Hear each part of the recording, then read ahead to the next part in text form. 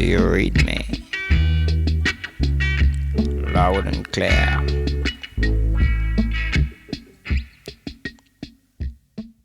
Welcome to episode 8 of the Jesse I Interviews podcast. As always, I want to start by acknowledging that I'm recording this on unceded Indigenous lands, specifically the lands of the Wurundjeri and Boon Wurrung people of the Kulin Nation. Respect to them and all the Indigenous peoples of this land now known as Australia. This episode is a fun one, featuring one of the most eccentric and colourful characters in all of reggae music, the legendary producer and performer Lee Scratch Perry. I actually hadn't listened back to this interview in about 20 years, and when I was cleaning it up for the podcast, I pretty much laughed the whole way through. I hope you find it as amusing as I do. This is one of my older interviews, going all the way back to 1999 when I was still at university. This was actually recorded at the student radio station SRA-FM, based at RMIT, which is where I got my start on radio. It was broadcast on PBS though, and used as a basis for an article in Beat magazine. The interview was conducted ahead of Lee Perry's first Australian tour with Mad Professor and band. If memory serves, the band wasn't the Robotics, or at least not by that name. I'm pretty sure the band for this tour was called the Killercon Squad. And despite what Lee says in the interview, the music was very much all reggae. Please note that there's a loud ringing noise about halfway through the interview, but it doesn't last too long. The call actually drops out at that point, and I've edited out the part where I call back and get reconnected. Apart from that, here is the whole thing, totally unedited, complete with the voice of Perry's wife Mirielle at the start and the sounds of his kids in the background. A very young Jesse I interviews Lee Scratch Perry via phone to his home in Switzerland back in 1999. Clip, clap, clappity, clappity, clappity, clappity, hi. Where you want it? Where? Hello, are you still here? Yes, I'm here. He's looking for space. That's fine. Hello? Hello, Mr. Perry. Hello? Hello, is this Lee? Hello? Hello, Lee, can you hear me? Yeah, I just can hear you now. I'm looking for a nice spot. Okay. My name's Jesse. I'm calling from Melbourne, Australia. I'm a big fan of yours. It's a great honour to speak to you. Can you hear me okay? Yeah, say it again. Okay. I'm calling from Melbourne in Australia. I'm a big fan of yours, and I write for a newspaper over here. I also do a reggae music show, so we're going to be doing a big Lee Scratch Perry special. So if I can do this interview as if it's going to go to the radio, is that okay by you? Okay. Okay. Would you like to start now? And say your name again? My name is Jesse I. Let me go inside and get a pen and put the paper together. Exact. Give me a paper. Okay. Paper. Quick. Okay. And the name? It's Jesse. Huh? Jesse. Jesse. J. Yep. Like Jesse James. I don't know. I have a little problem with the phone. I don't know what's happening here with the phone. Okay. It's not sounding so good at all. Okay. Just a moment. Okay. Let me see what's happening here.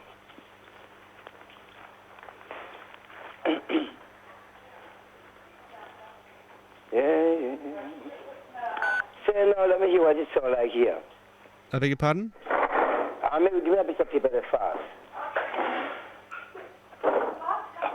Just bear in mind, little bit. You soon get through it. I just got to put things straight together. That's fine.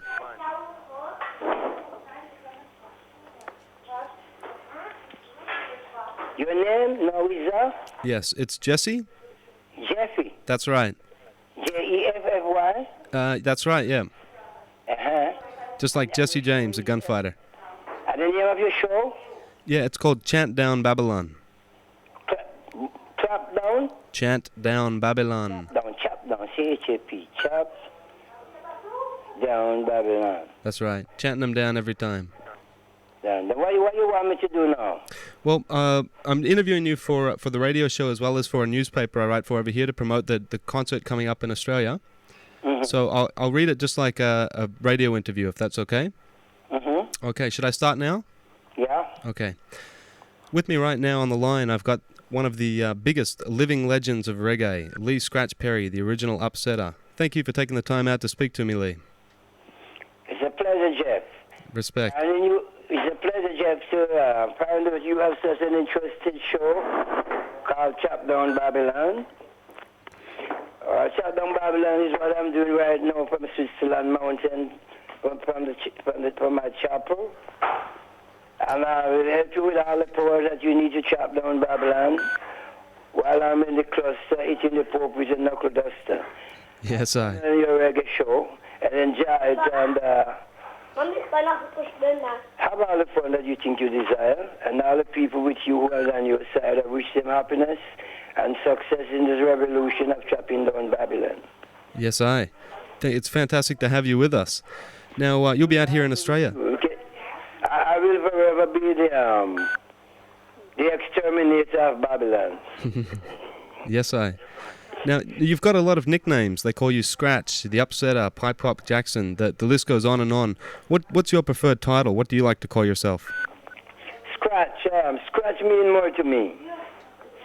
Because I go by the alphabet, and the scratch is for the S is for the sky, and the S also means the American dollars, and the S also for space, which is scratch, scratch, scratch, and also the turntable, the lion. Right. So I prefer to be called Scratch. Right.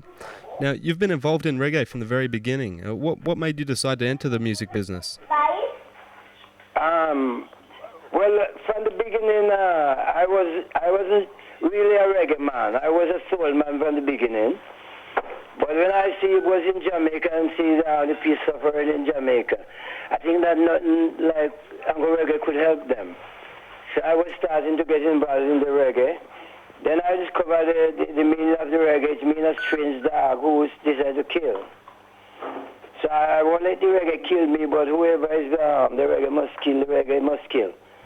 So I'm going back to my place in Cardiff Crescent to record rock music, pop music, disco music, techno music, and no reggae artists will be allowed in 5 Cardiff Crescent after I return from Zion. All right.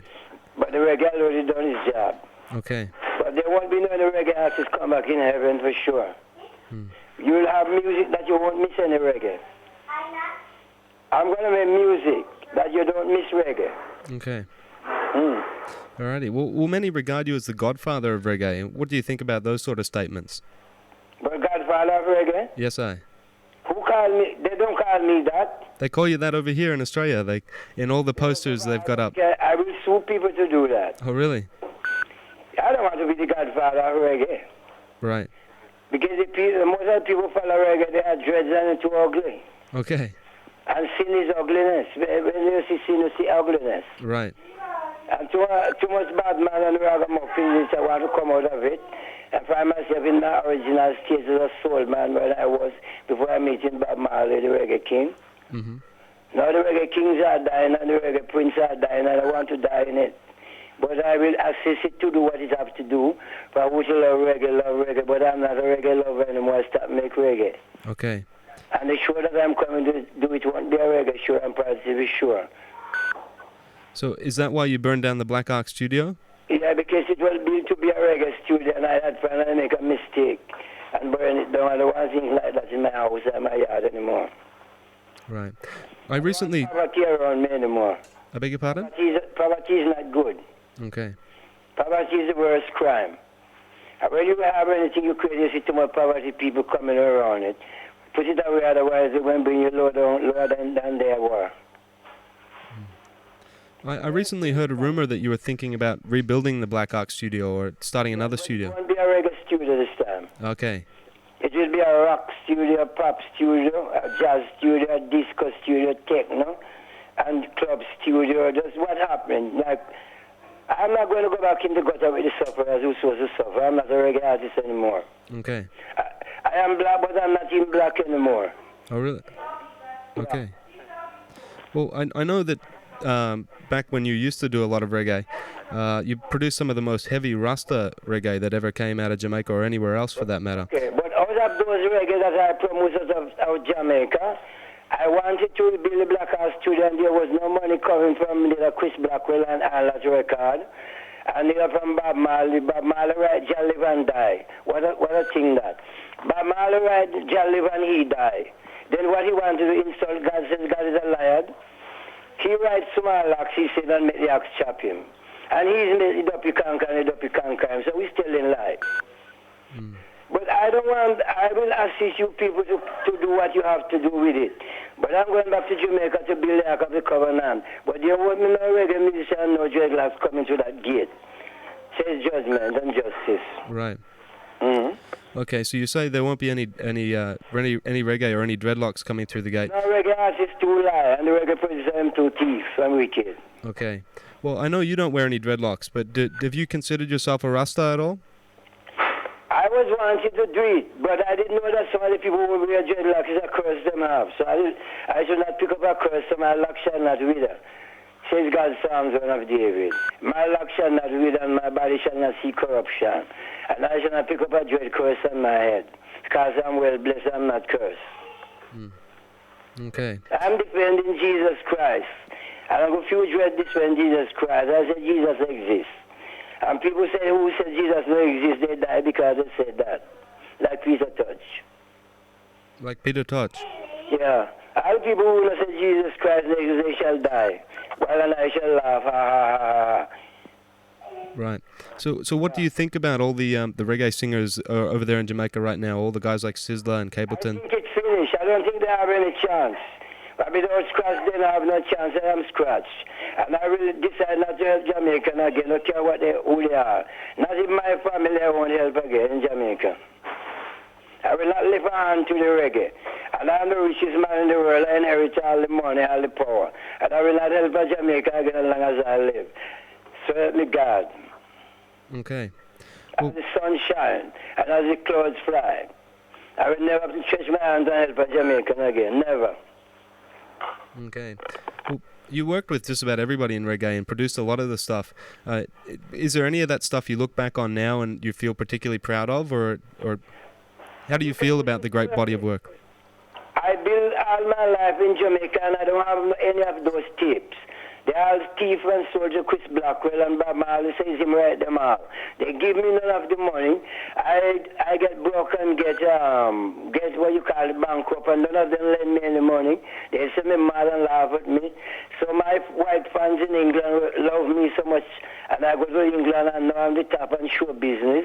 And I don't respond what happened to reggae anymore. I will not put back my notice to it or help it, and I'm pretty sure that reggae won't be going as far as where I'm going.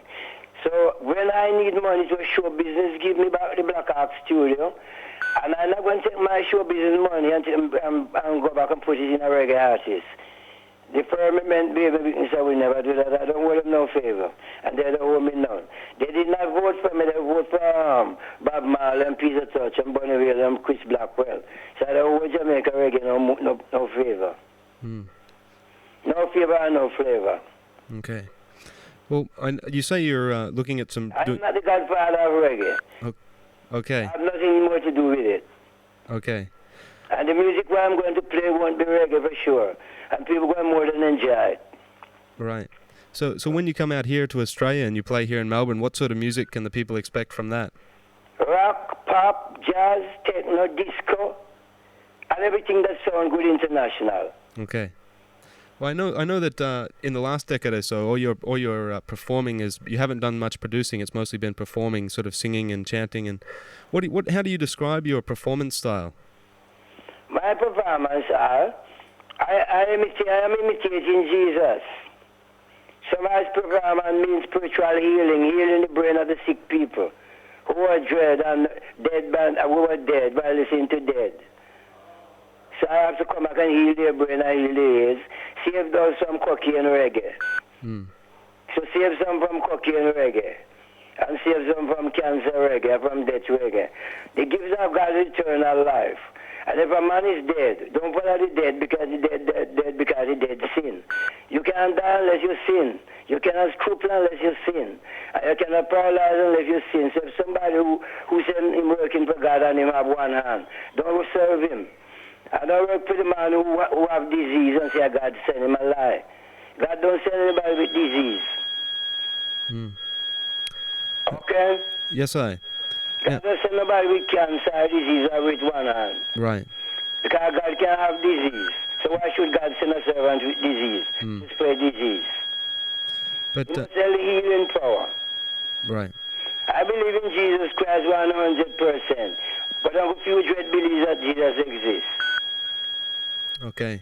And Yeah. Jesus is a white man, it's true. Then I am also...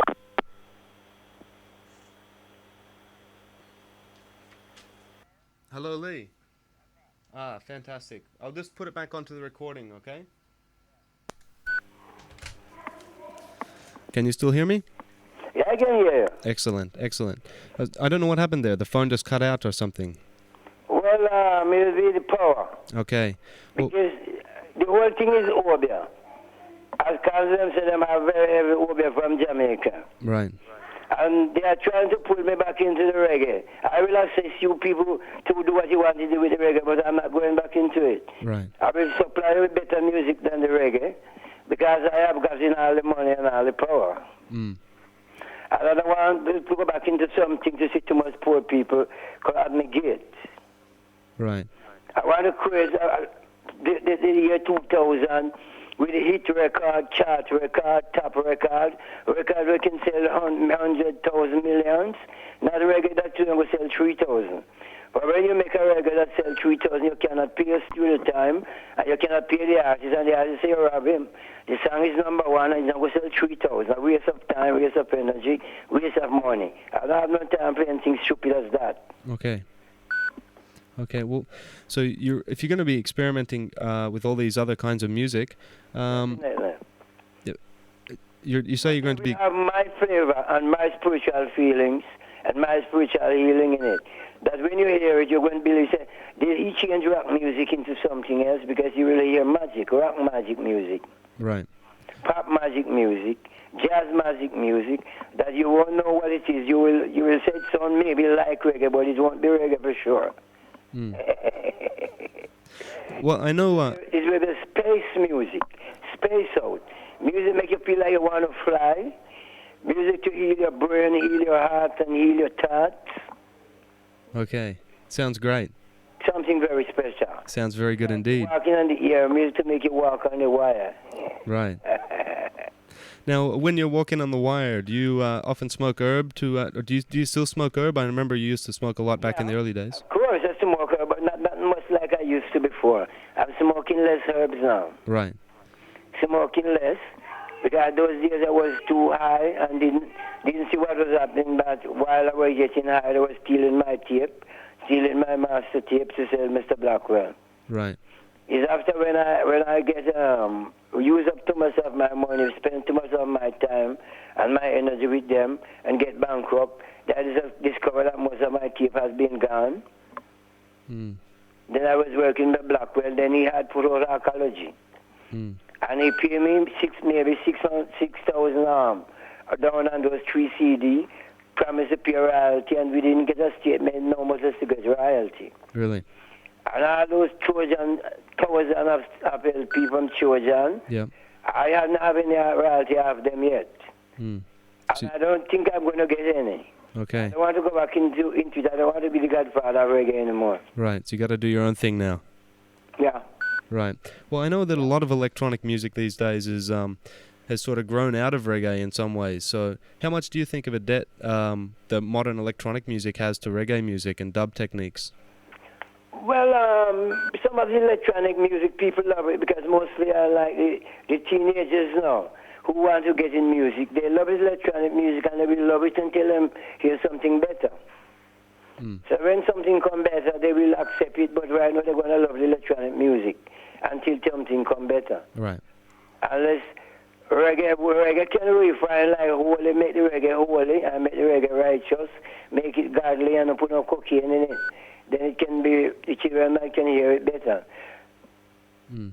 So you think cocaine was a... We could ease on electronic music, but until we find the right people to make holy, righteous music, it's going to be a lot of electronic music. Right. Mm-hmm. So these days you're working mostly with Mad Professor. You're touring with him when you come to Australia. Well, what attracted you to working with Mad Professor?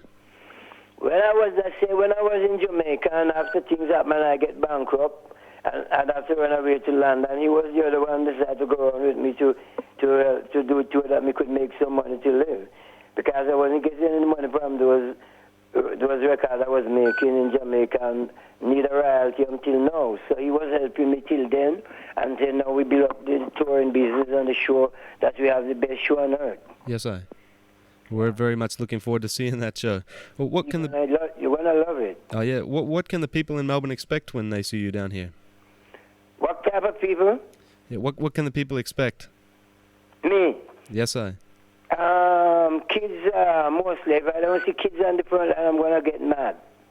Right. Because I will work for grown-up people, but children mean more to me than grown-up people. Right. I'm more interested in seeing children. Okay.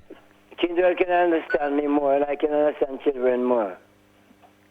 Right. Well, I've got a little. I'm happy to see those grown-up who are there if they play the part of our children. Because I love when people, if the people are humble, they'll get the truth from me.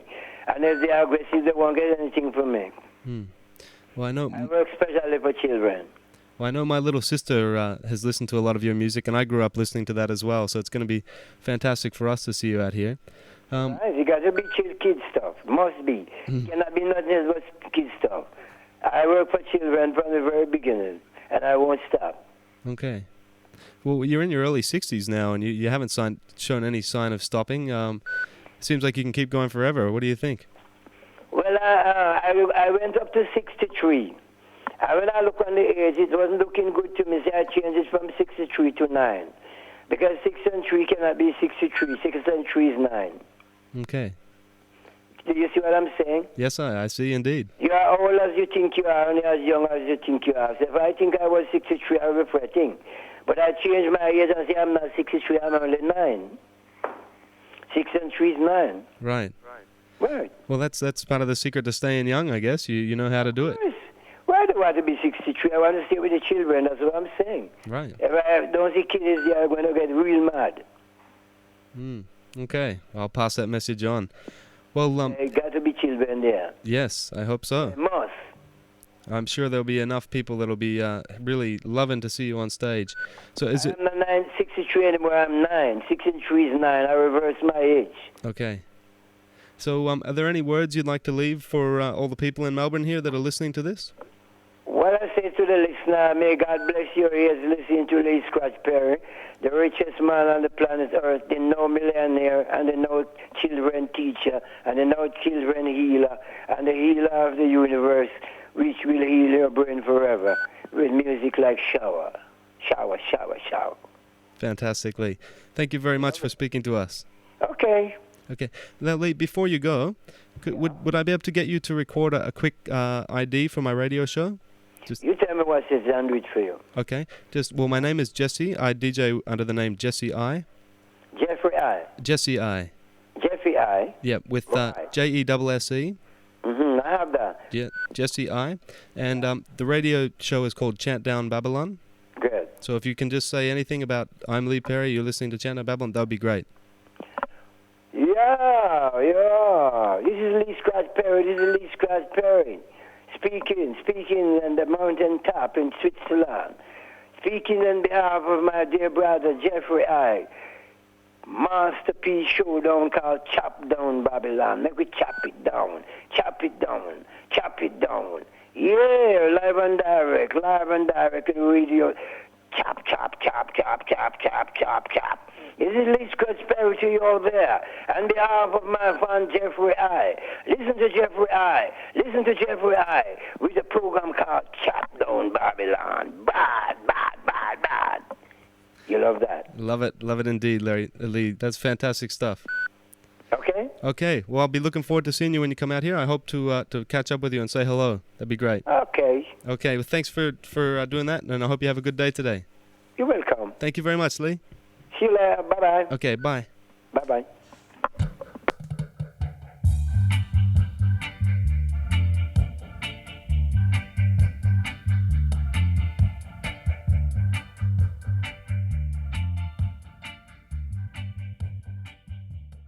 There you have it. Lee Scratch Perry interviewed by Jeffrey I for the radio show Chop Down Babylon back in 1999. Funnily enough, I still have a few friends who call me Jeffrey as a nickname purely because of that incorrect radio jingle at the end. I just didn't have the heart to correct the poor man, especially as we'd already tried so hard to get it right. I actually don't mind the jingle, to be honest, and that show idea has become a crowd favourite. Somehow it seems almost fitting that Lee Perry got my name slightly wrong. As far as I'm concerned, if anybody can get my name wrong, it's Lee Perry. That's it for this episode. Hopefully I'll be able to get these podcasts out a bit more regularly this year. Every 2 weeks will be good, but it's often easier said than done with my schedule. If you enjoy and appreciate the podcast and you'd like to give something back, you can support me on Patreon. There are a few different levels, so take your pick and know that I really do appreciate each and every one. On that note, a big thanks to the Don, Armageddon Time, the Real Generals Ben Comerford and Empress Irie, and my Idrin Tom Tanaki. Armageddon Time, please know I haven't forgotten that I owe you a mixtape, mate. Soon come. Patron or not, feel free to get in touch at any time. I always love getting feedback on the podcast. You can email me at jesse@chantdown.com or find me on Instagram as morefireblaze or at facebook.com/morefireblaze. Thanks for listening, and don't let the reggae kill you. Yeah, yeah, yeah. Yeah, yeah, yeah. Coming from the jungle like a roaring lion. Coming from the jungle, I am the